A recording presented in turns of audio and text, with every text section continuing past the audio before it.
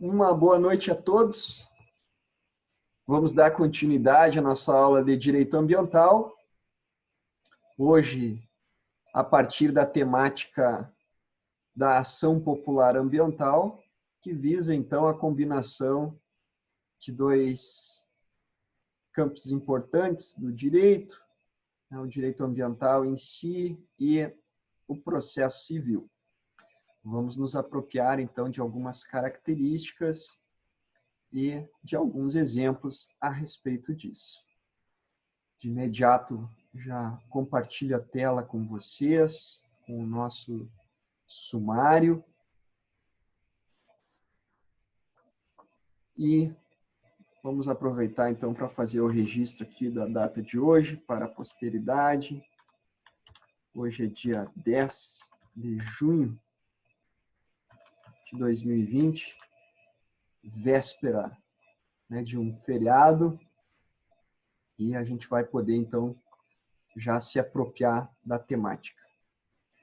Por favor, enviem um like, um sinal, se vocês estão visualizando bem e claramente essa estética que eu separei para vocês. Obrigado, então, por enviarem. Temática de hoje, vamos lá. Ação popular ambiental, que obviamente essa ferramenta processual, ela tem diversos elementos que pode ser invocada, mas claramente hoje nós vamos nos focar na defesa do meio ambiente. Nosso sumário tem uma estrutura simples, preliminares, uma breve introdução, as características que efetivamente vão fazer parte disso, e por fim a nossa atividade reflexiva, que vai ser a atividade postada ali no AVA, no ambiente virtual de aprendizagem, também valendo nota, mais 0,5 pontos para o nosso grau 2. Grau 2 que tem uma data aí para o seu término, menos de 30 dias, dia 8 de julho, data, então, da nossa prova já agendada. Ok, então, dentro dessa proposta, nós vamos ver algumas informações a título de preliminares.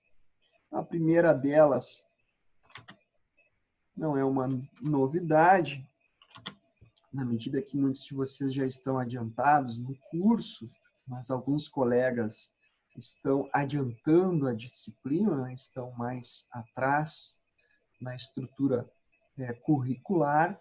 Então, eu vou retomar algumas coisas. Constitucional. Exatamente, bem lembrado. A ação popular ela é um remédio constitucional. Então, além de fazer parte da estrutura consagrada na Constituição, ela é um remédio porque ela visa, então, essa proteção de interesse público.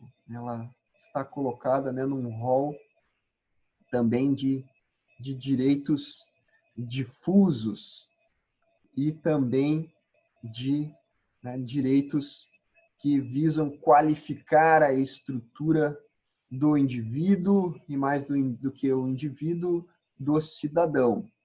Não é à toa que essa ação popular ela vai ser algo consagrada a essa estrutura cidadã, que efetivamente me lembra aquela expressão que os congressistas, os legisladores que promulgaram a nossa Constituição acabaram popularizando como uma Constituição cidadã, uma Constituição, então, que possui diversos elementos de cidadania, aos quais a ação popular é um grande exemplo desse tipo de ato, porque permite uma intervenção do cidadão no judiciário para produzir um efeito de interesse público.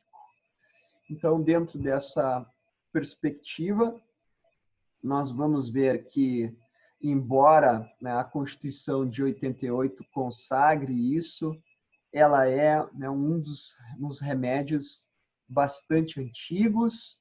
Ela já está presente na Constituição de 1934 e depois, então, já tendo, né, o seu impacto na Constituição posterior de 37, depois, né, ela desaparece na Constituição de 46, mas ressurge na Constituição de 67, na medida em que existe uma lei infraconstitucional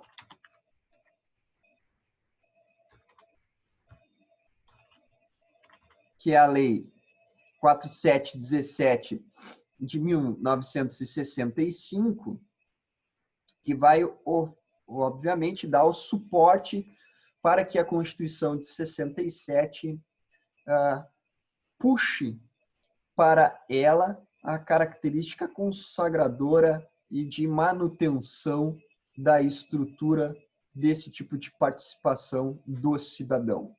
Então, vai ser algo interessante a continuidade histórica desse processo de entendimento. E depois de 67, né, em 69, a gente tem, né, muitos direitos suspensos, e em 88 se volta, então, com mais força esse tipo de estrutura disponível de ferramenta para o cidadão brasileiro. Então, dentro desse processo, né, a nossa Constituição vai elencar no seu artigo 5º, inciso 73, a ação popular, então, como não um elemento bastante importante, né, bastante fixo desse tipo de estrutura, né? Tanto que a gente pode já de efeito compreender, né, algumas características que não só, né, o artigo 5º caput vai destacar, mas especificamente esse inciso 73 vai realmente repassar para nós como um resumo, né, um bom apanhado da experiência jurídica que inicia matematicamente, né, no ano de 34, né, com aquela Constituição lá da era Vargas, né? Então, é um âmbito também de crescimento de preocupações sociais. Então, vamos só acompanhar essa leitura, né, do inciso 73, que vai dizer o seguinte: qualquer cidadão, isso é uma expressão bastante importante para deixar marcado, porque nessa cidadania não é um conceito social, é um conceito que juridicamente também vai se referir a uma esfera técnica, porque o cidadão, né, vai ser alguém que possui uma série de características. Em seguida nós vamos ver isso, mas já dá para adiantar que a gente está se referindo, então, aos direitos políticos. Então, né, um cidadão, assim como era na experiência grega, romana, era quem participava da vida política. Então, aqui parece-se ter, então, mantido esse tipo de estrutura, pelo menos no Ocidente, né, como uma grande referência. Então, qualquer cidadão é parte legítima para propor ação popular que vise anular ato lesivo ao patrimônio público ou de entidade que o Estado participe.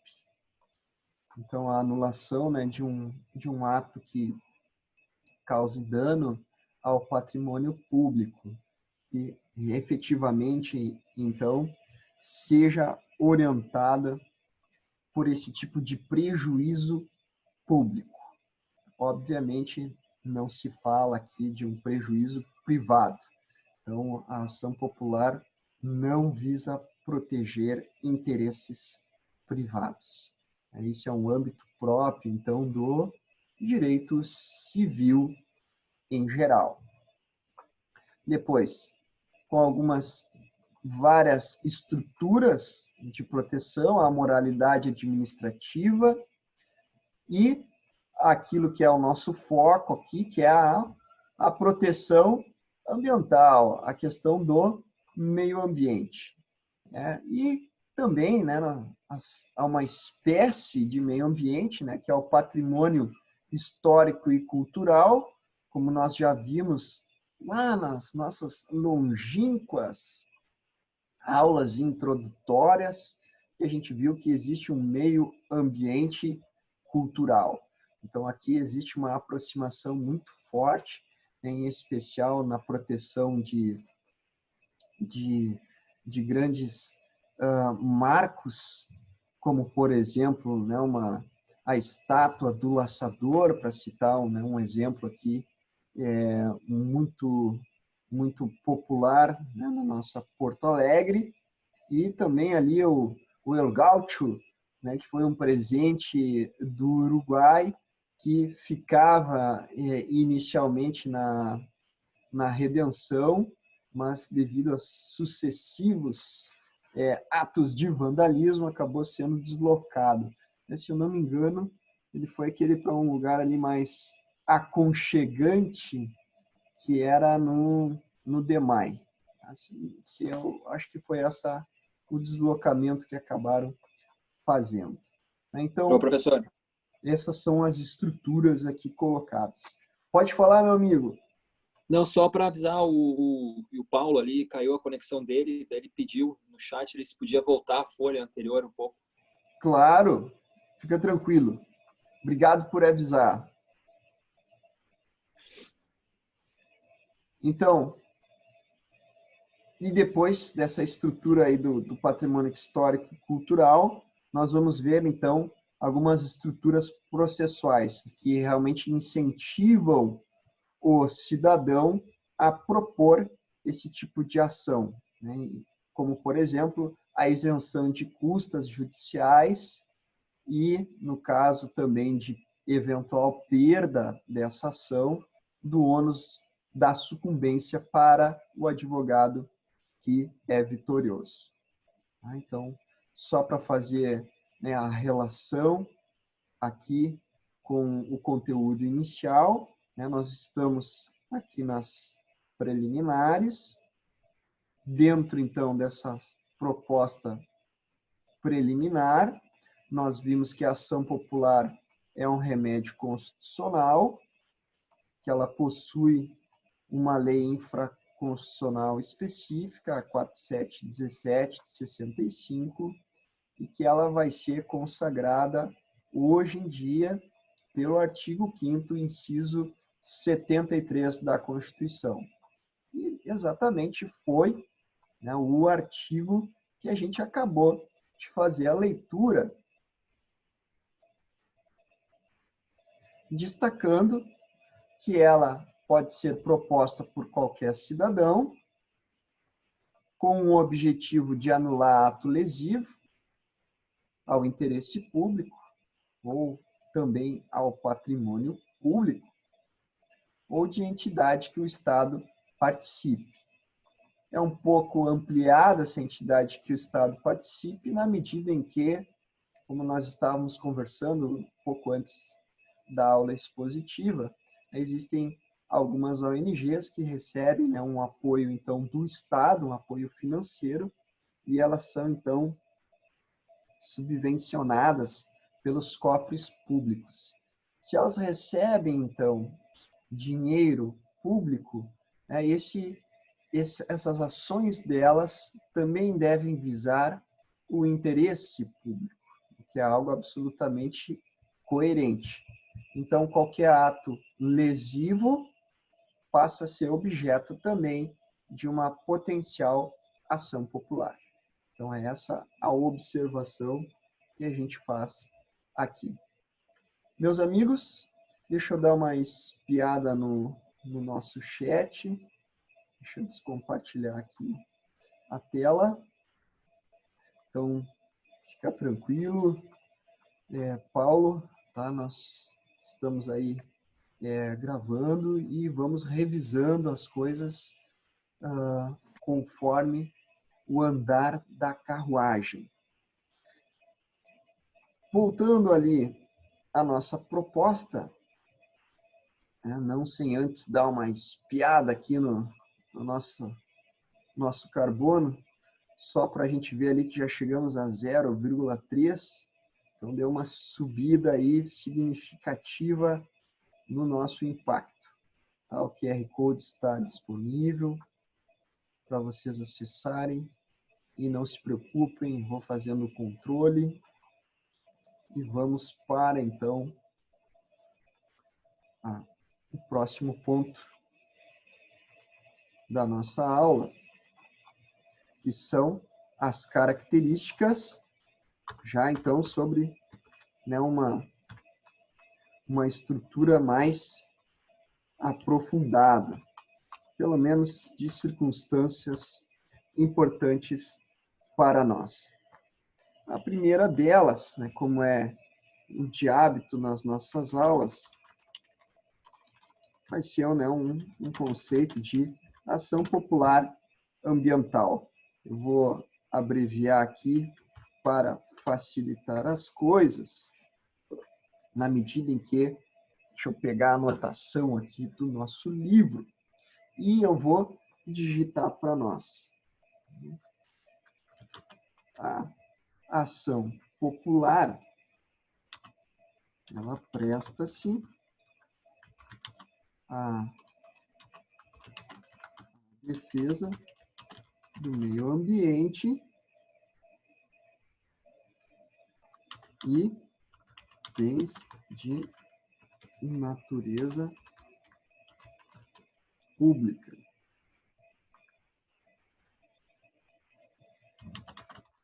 Que implica a adoção de procedimentos específicos.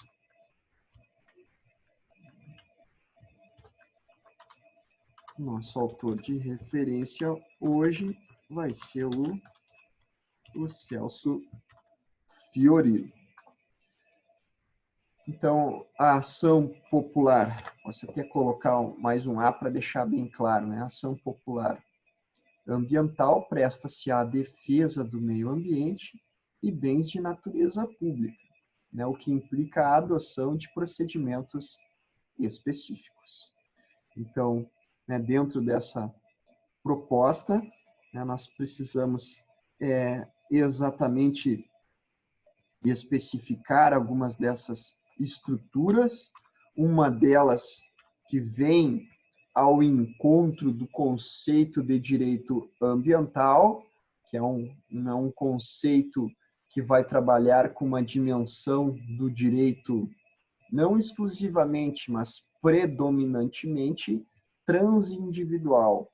Então, essa transindividualidade, ou esses direitos transindividuais, são efetivamente uma primeira característica dessa proposta e também da ação popular, na medida em que ela pode tanto tratar de direitos difusos, como é o caso do meio ambiente, que pode efetivamente abarcar um bem indivisível, como é a sua característica, e também pessoas indeterminadas.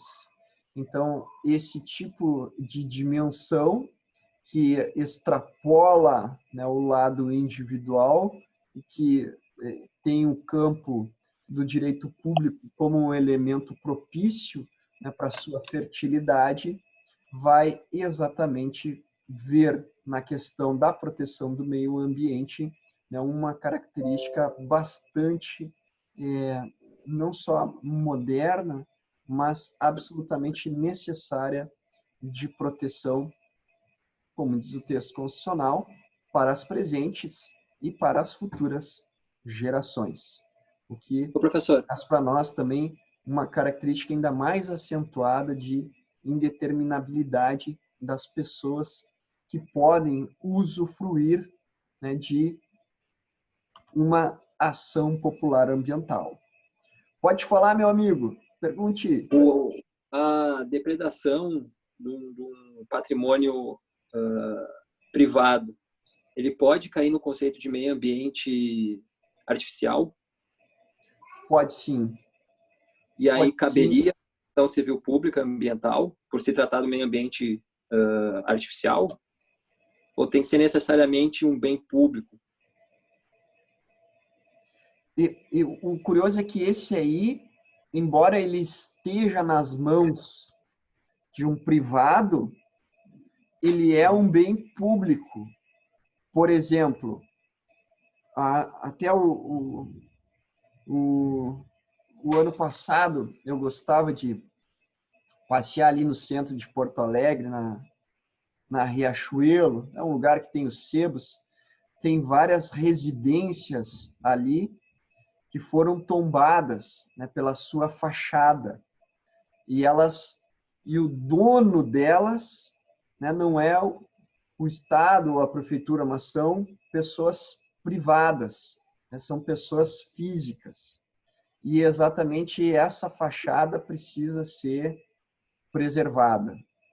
Então, dentro desse conceito, aqui é possível sim uma ação popular com características ambientais, culturais, de proteção, para que os donos tomem, então, os cuidados necessários para a preservação dessa fachada, por exemplo.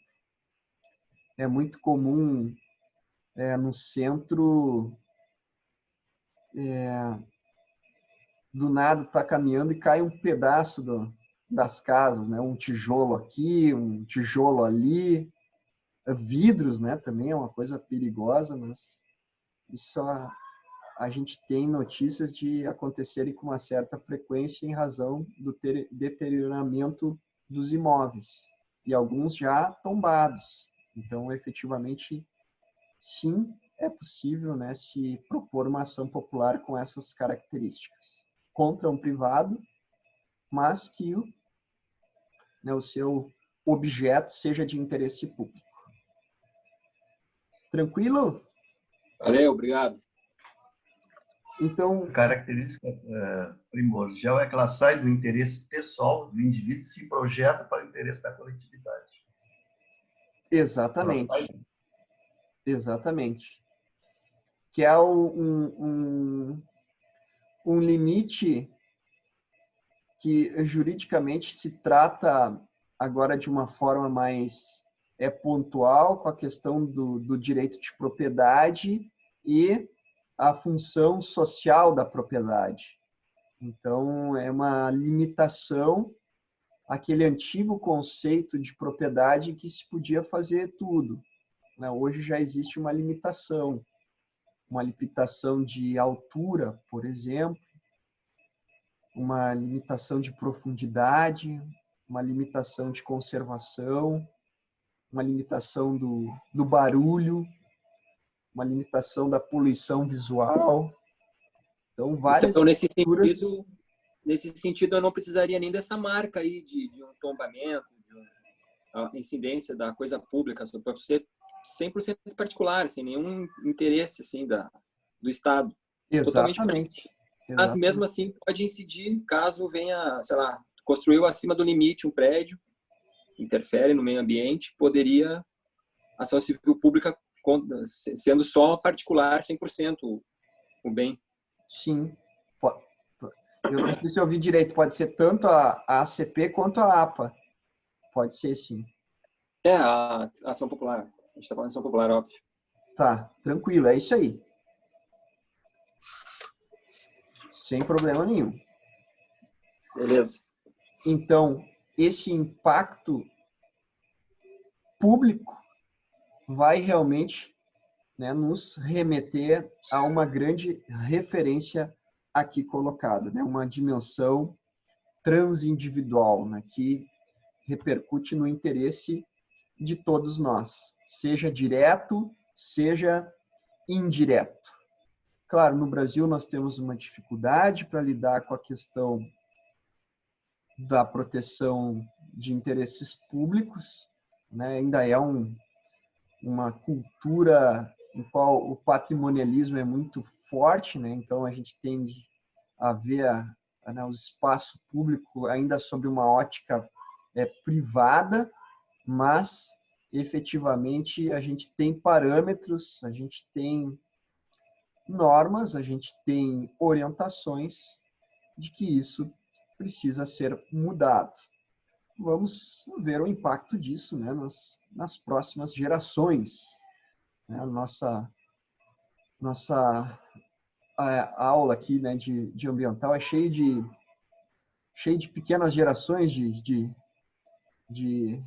filhos, né, de que a gente tem a esperança aí de que se possa mudar algumas coisas. Vamos adiante. Dentro, então, né, dessa dimensão, a gente pode ver a questão, então, dos legitimados, do legitimado, a característica principal, então, vai ser de que, é claro, né, que ele é qualquer cidadão, mas a gente viu que não é um qualquer cidadão nesse sentido social, mas no sentido político, que vai realmente restringir a uma ideia de uma pessoa física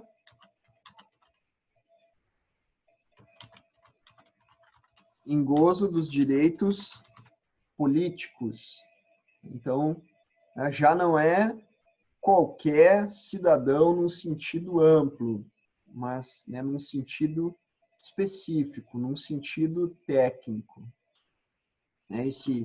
Essa dimensão do gozo dos direitos políticos vai exigir, né, a chamada quitação eleitoral, né, que é uma das exigências, por exemplo, para concursos públicos ou acesso, né, a uma outra espaço público também de qualquer pessoa física. Só para deixar claro, né, é evidente que essa ação, para ser proposta, vai precisar de um advogado, mas o fato da parte legitimada vai efetivamente ser qualquer pessoa física que tem, então, seus direitos políticos em dia.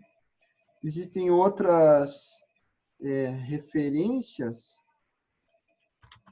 que a pessoa deve ser também ter na sua nacionalidade brasileira,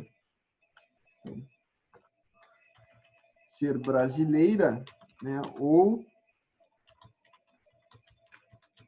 naturalizada.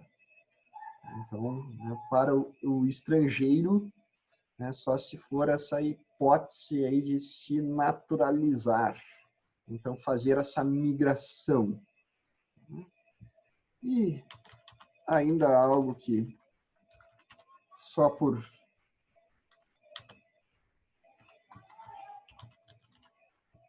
uma questão teórica, porque eu nunca vi isso acontecer, mas geralmente é objeto de concurso público, né, o português equiparado. Não sei ao certo como se dá essa equiparação, né, mas o fato é que existe, né, uma previsibilidade desse tipo de proposta. Então, vai ser aí uma segunda característica, esse grau do legitimado, e dentro da ideia do legitimado, essas circunstâncias. Uma pessoa física em gozo dos direitos políticos, que ela seja brasileira ou naturalizada, né, brasileira nata, ou ainda o português equiparado. Depois disso, nós vamos ver, então, a questão, né, do legitimado, né, não só ativo, né? Mas também vamos fazer uma diferenciação aqui para deixar claro o legitimado ativo. Nós vamos ter também o legitimado passivo, né? Quem é que vai estar lá do outro lado desse tipo de demanda, né? Dessa lead. Então, pode ser aqui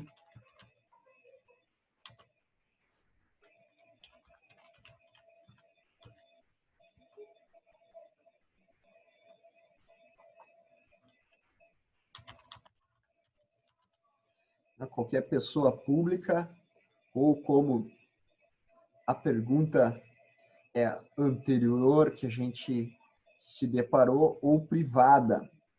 Se for a pessoa pública, é claro e coerente pressupor, então, o seu interesse público. Então, a sua participação, seja um ente da União diretamente, seja um participante da administração direta ou mesmo indireta, e ainda, né, se prevê a possibilidade de uma pessoa privada, né, o dono, então, né, de uma propriedade privada, como é o caso aqui em Porto Alegre, dos prédios, né, com, né, uma fachada cultural de representatividade, né, de um bairro específico, como é, por exemplo, o Centro Histórico. Então, tem muitos prédios ali que precisam efetivamente serem conservados em razão desse tipo de disponibilidade que é dado e destacado para eles. Então, eu me lembro ainda nas férias, né, ter passado ali na Duque de Caxias, né, e ter visto ali o museu ainda Júlio de Castilhos em obra, né, estavam arrumando ali para o público. Tá? Então, é efetivamente, né, uma referência daquele parâmetro, né, de um exemplo de um prédio que tem esse tipo de conotação. E, além, então, dessa pessoa pública e privada, nós também vamos ter a possibilidade de serem acionadas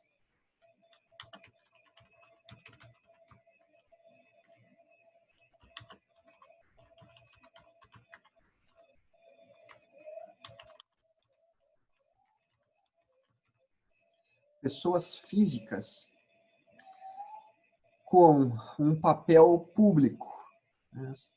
Autoridades, funcionários ou administradores. Então, é possível, sim, se propor uma ação popular contra, desde o governador de um estado, um prefeito, até um secretário de Estado, né, um secretário executivo, um ministro. Então, são exemplos muito comuns de realmente dimensões que acabam afetando os atos deles a uma lesão ambiental. Então, a questão da Secretaria Estadual de Meio Ambiente de Minas Gerais, né, com a questão do caso de Brumadinho, então foi um exemplo disso. A própria Vale do Rio Doce, né, eu separei para vocês daqui a pouco mais para a gente conversar sobre uma ação popular envolvendo isso. Então vai ser também mais um dado aqui para a gente poder conversar e se apropriar. E, efetivamente, então, né, nós vamos ter, por fim,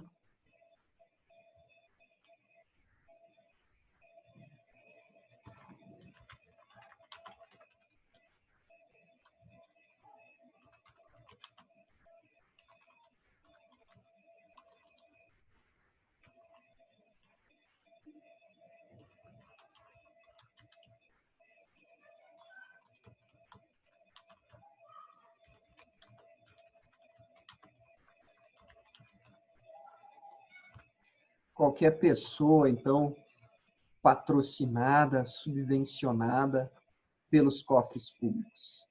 Então, se alguém, geralmente uma pessoa jurídica, e aí nós estávamos conversando também sobre a hipótese de uma ONG, de uma organização não governamental, já não está mais em sintonia com a proteção do meio ambiente, com o interesse público, e acaba aí por causar também um ato lesivo ao meio ambiente, vai ser acionada potencialmente por uma ação popular ambiental. Então, realmente são características, né, bastante específicas desse tipo de raciocínio. Deixa eu só deixar aqui sobre a mesma estética, né, do parâmetro anterior. Deixa eu só destacar aqui os chamamentos, questão da transindividualidade, o legitimado ativo e aqui o legitimado passivo. Não dá espaço, né? Estamos aqui deixar esteticamente organizado o raciocínio. E além disso, então, vamos adiante. Vamos ver mais um parâmetro aqui de característica dessa ação popular ambiental. Então, aqui a questão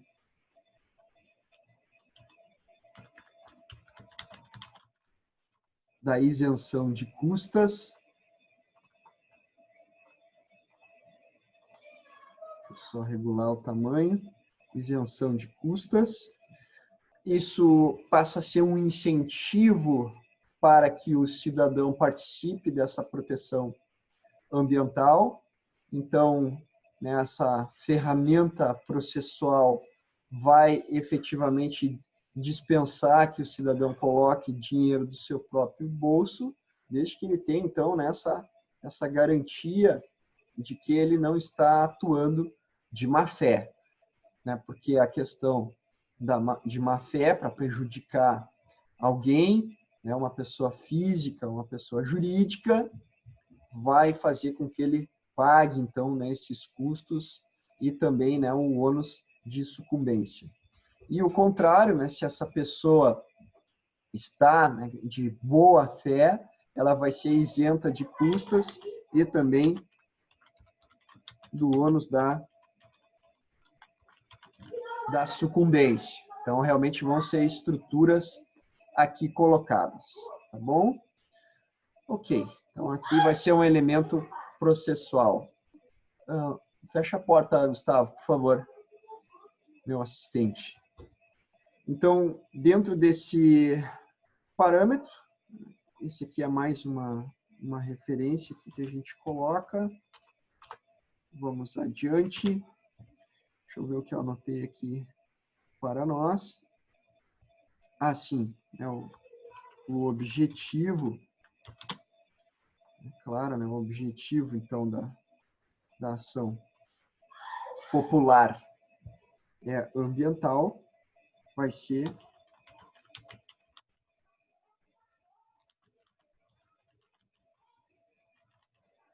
anular ato lesivo ao meio ambiente. Então, se houve um dano ao meio ambiente ou também dentro dessa ideia que é propícia no direito ambiental, né, de uma prevenção, né, de um princípio de prevenção ambiental, né, se pode pedir em liminar, uma ação popular ambiental, né, a suspensão de uma determinada obra que é feita ao lado de um prédio público com interesse histórico-cultural, que isso vai efetivamente tirando, né, não só a força do alicerce, mas também da fachada, e muitas vezes danificando aquele parâmetro se não for efetivamente bem cuidado essa obra vizinha que está sendo feita nesse exemplo hipotético que a gente está fazendo. Nem tão hipotético, né, na medida que isso acontece com uma certa frequência. Mas o fato, então, é exatamente que esse tipo de lesão ao meio ambiente é o objetivo da APA para ser evitado. E, por fim, uma última característica que eu gostaria aqui de deixar marcado com vocês vai ser, então, a questão da competência.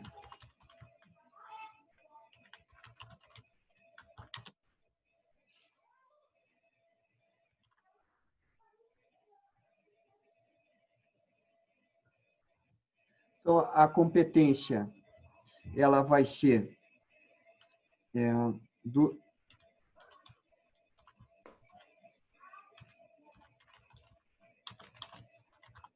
em regra, como o domicílio do autor, exatamente por causa dessa função de promover, né, uma integridade de cidadania que vai fazer com que se busque o cidadão ter realmente incentivos para poder propô-lo. Então, esse tipo de proposição vai ser confortante esse tipo de elemento. Então, né, o local onde ele vai propor a ação popular vai efetivamente ser, né, o lugar onde ele reside. Isso vai ser um aspecto importante de se trabalhar. Então, realmente, esse tipo de parâmetro passa a ser algo realizável, né? Ainda mais dentro de uma estrutura... Fecha a porta, por favor. Ainda mais dentro de uma estrutura que vai trabalhar elementos desse parâmetro. Bom, então, dentro dessa hipótese, nós vamos ver que... Está lá do outro lado, Gustavo. Lá, ó. Só um pouquinho. Vai lá. Então, nós vamos ver crianças passando aqui. Fala, meu amigo.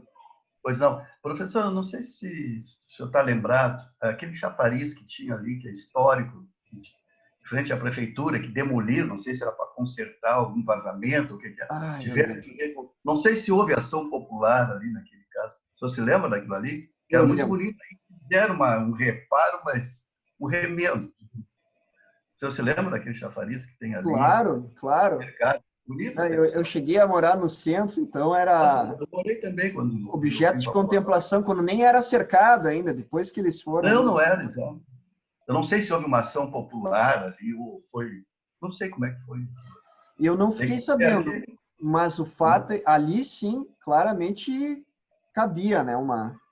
Pois é, dentro dessa... popular, porque estava atirado, né, num lugar extremamente simbólico. Ali o turismo ali passa por ali, tudo ali. Hoje é o centro histórico de Porto Alegre, tudo faz parte. Se começou, né, um projeto de revitalização um tempo, depois acabou o dinheiro, foi feito um incentivo com o viaduto Otávio Rocha, né, as famosas escadarias da Borges, depois o Museu Júlio de Castilhos, depois o chalé da Praça 15,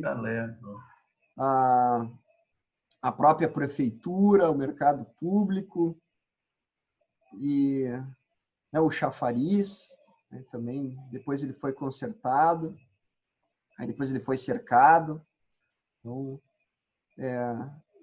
foram várias assim, obras que foram feitas dentro desse marco, né, dentro desse conceito aí de proteção ambiental.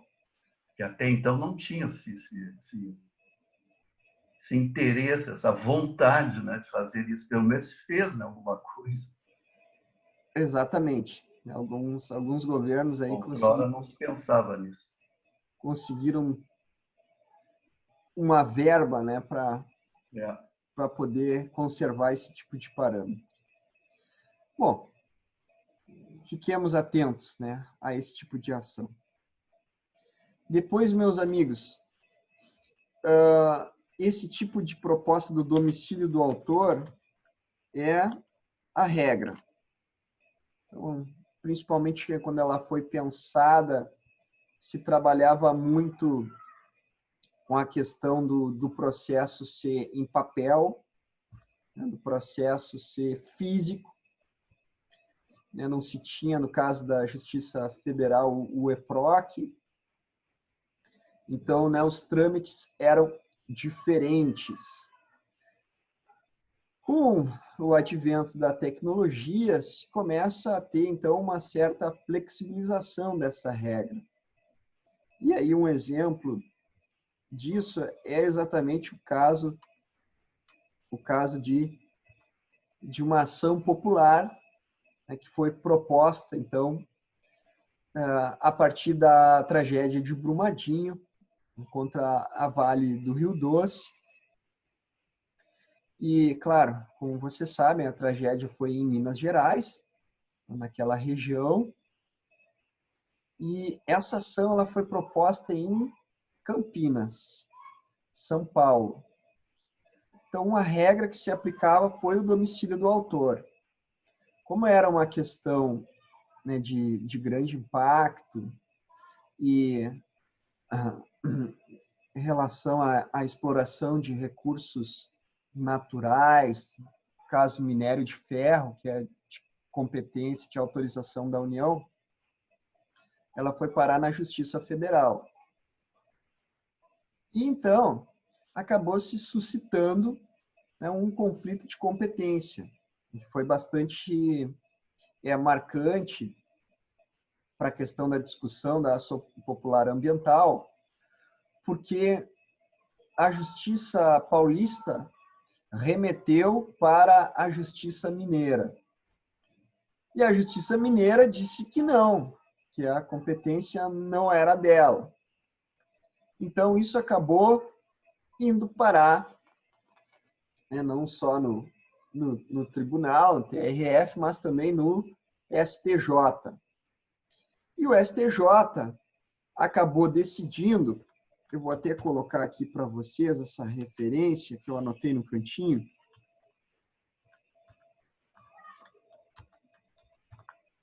Um conflito de competência de número 164362, deixa eu levantar aqui para nós, oriundo, então, de Minas Gerais, ao qual o ministro relator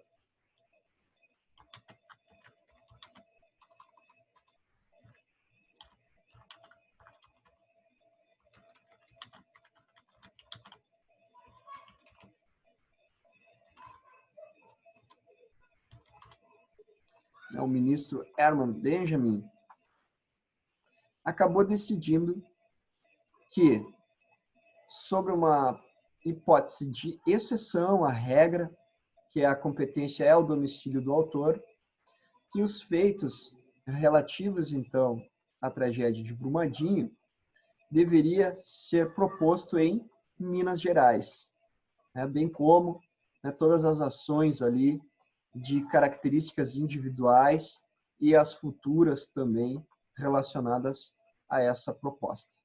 Então, a gente pode ver, né, que esse tipo de exceção, né, foi aberta, né, com base em características bastante essenciais, que foram exatamente na grande repercussão do episódio e a possibilidade de concentração, né, na Justiça Federal Mineira, pelo menos na primeira instância, por óbvio, para o processamento dessas ações judiciais relativas, né, com esse fato em comum, que foram essas características. Tá? Então, guardem isso com vocês, porque nós temos aqui nessa ideia de exceção colocada por esse tipo de julgado do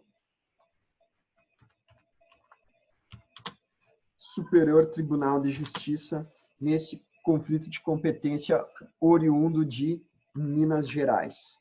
Tá? Então, guardem isso. Eu já vi questões, né, sendo desenvolvidas a respeito desse caso. Potencialmente pode cair um concurso público, né, em um exame de ordem. porque Ô, professor, efetivamente parece algo bastante convincente. E só um argumento secundário que eles também colocaram é também a possibilidade de acompanhamento por meio eletrônico. Então, né, a Justiça Federal está mais qualificada que a Justiça Estadual para poder acompanhar aspectos como esses. Fala, meu amigo. Pergunte. tem como o senhor botar aí no nosso material aí que o senhor está digitando os motivos aí da declinação de competência, dessa exceção aí, que eu não consegui anotar? Sim, eu faço um resumo aqui. Então, Eu primeiro... anotei melhor processamento das ações judiciais em comum. Desculpa, eu não te ouvi. Eu anotei melhor processamento das ações judiciais em comum. Isso, que tenho como fato comum. Então, o primeiro argumento vai ser exatamente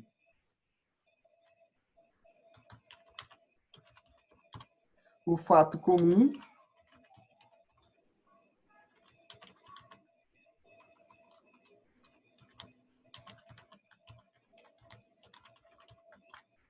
que é um elemento importante.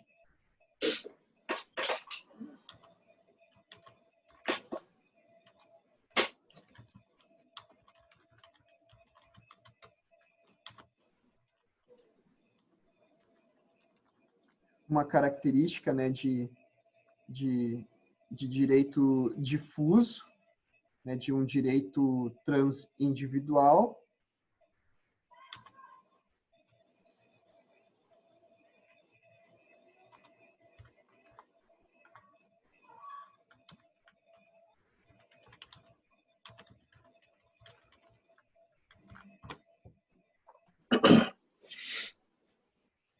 E um segundo argumento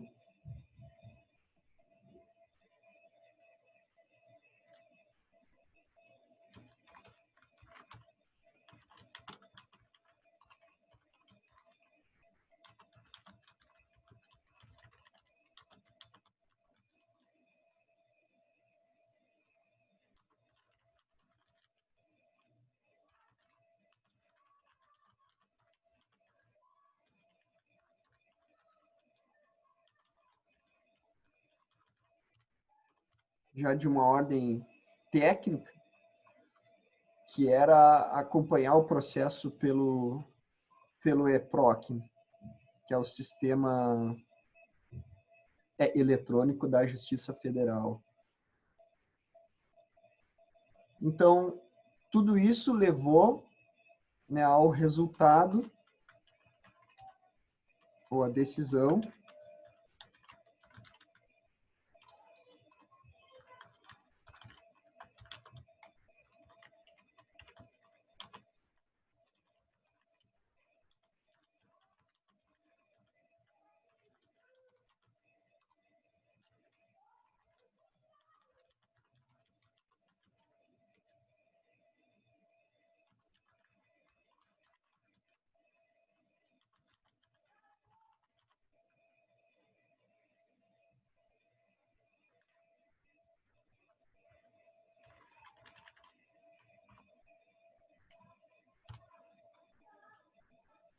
então, a decisão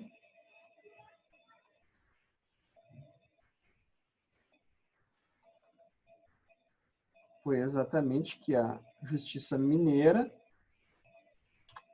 deveria ser, por excelência, a melhor habilitada para decidir sobre todos os fatos comuns dentro dessa aba de um direito transindividual, especificamente um direito difuso, que possui como característica essas pessoas indeterminadas, que até então não se sabia quem tinha sido prejudicado, desde moradores, a visitantes, a animais, a agricultores, de várias coletividades distintas. Então, esse fator foi realmente determinante para se aproximar. E o segundo argumento, é um argumento já de ordem técnica, é que o cidadão, né, poderia efetivamente acompanhar os trâmites das decisões parciais ou efetivamente, né, da sentença pelo formato eletrônico. Então, se buscou concentrar esse tipo de parâmetro do que ficar uma possibilidade de todo o Brasil ou toda a Justiça Federal espalhada no Brasil tomar decisões sobre aquilo que estava acontecendo, né, em razão desse fato comum. Então, seria realmente algo bastante arriscado e me parece uma decisão razoável de flexibilizar essa regra, concentrando na Justiça Mineira. Foi até uma coisa específica, se não me engano, foi a 17ª Vara Federal que hoje se alimenta disso. Podem falar. O autor morava, então, em Campinas, mas ele entrou na Justiça lá em Campinas, mas era na Federal também que ele entrou. Na Federal. Ele entrou numa vara federal em Campinas. Tá. Não, eu só estava na dúvida se ele tinha tentado mudar também a questão da competência, não só do local, mas também entre federal e estadual. Mas não, só foi a questão federal ou de Campinas ou federal de Minas. Tá bom. Isso. Obrigado. Isso aí. Professor, pelo que eu entendi, é uma exceção, porque a regra é o local do autor, certo? Isso. Mas a justiça, o local do domicílio. Aonde tu mora, sim. É o Mas parâmetro. aí, no caso do STJ, você exatamente pegar pessoas indeterminadas, ser um direito difuso, né? Então, resolveu, né, puxar para Minas Gerais, no caso. Uma decisão, uma exceção, no caso. É isso? Exato. Exato. Vai atingir um grupo indeterminado de pessoas, né, como se diz no direito. Nossa, até hoje está se mapeando, né? Já está se mapeando? Pois é. Então, é realmente um caso bastante complexo. Meus amigos, então, depois disso, vamos avançar. O último ponto aqui que eu gostaria de tratar com vocês, aquilo que os processualistas gostam de chamar de condições da ação.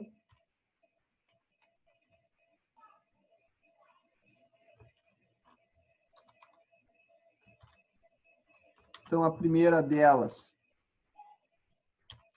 que é basicamente, né, aquilo que o primeiro despacho, nesse caso, né, da vara federal ou mesmo da justiça estadual, né, dependendo da ação, é se esse cidadão ele é eleitor.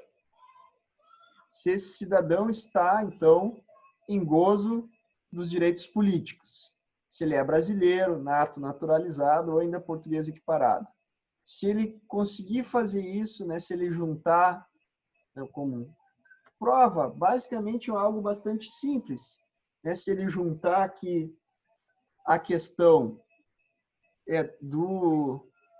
da certidão de quitação de eleitor, que é algo bastante eficiente, já basta. Né? Vai ser realmente quitada aí uma condição da ação.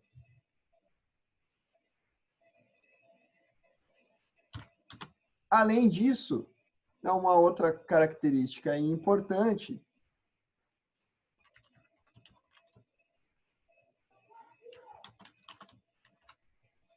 vai ser, então, a ilegalidade ou ainda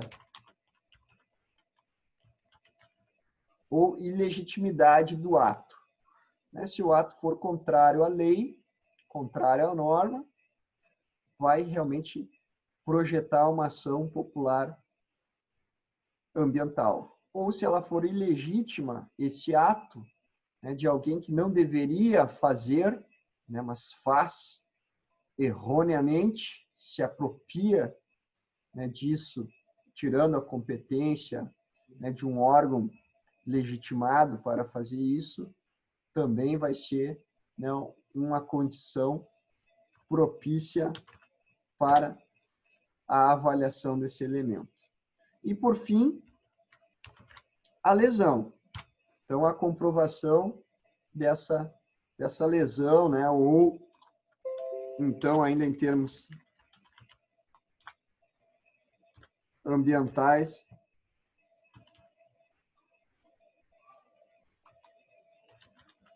essa potencialidade de lesão, né? O prédio está por ser derrubado, né? O prédio está sendo construído, né, de forma ilegal. Então, esse tipo de parâmetro vai aqui ser o objeto de tríplice análise para se saber se, né, essa ação merece prosperar, né, ou se ela merece ser corrigida, né, ser feita uma emenda ou efetivamente merece ser rejeitada. Meus amigos, para a nossa aula, então, de hoje, esses eram, né, os elementos que resumem a nossa proposta. A gente, claro, não descarta agora a necessidade de migrar de plataforma ali para o AVA. Deixa eu só confirmar se já está liberada. Já está pronta. E ela efetivamente trata exatamente da tragédia de Brumadinho e do foro competente. Então, foi bem oportuno a gente poder conversar sobre essa inversão da regra da questão do domicílio do autor e realmente depois retratar essa exceção que a justiça acabou tomando, invertendo essa lógica em razão desses argumentos aqui que a gente conseguiu resumir, né, que foram também bastante propícios para a gente poder trabalhar. Se apropriem dessas informações para poder resolver, então, o exercício ali colocado no ambiente virtual para vocês. Deixa eu descompartilhar essa tela.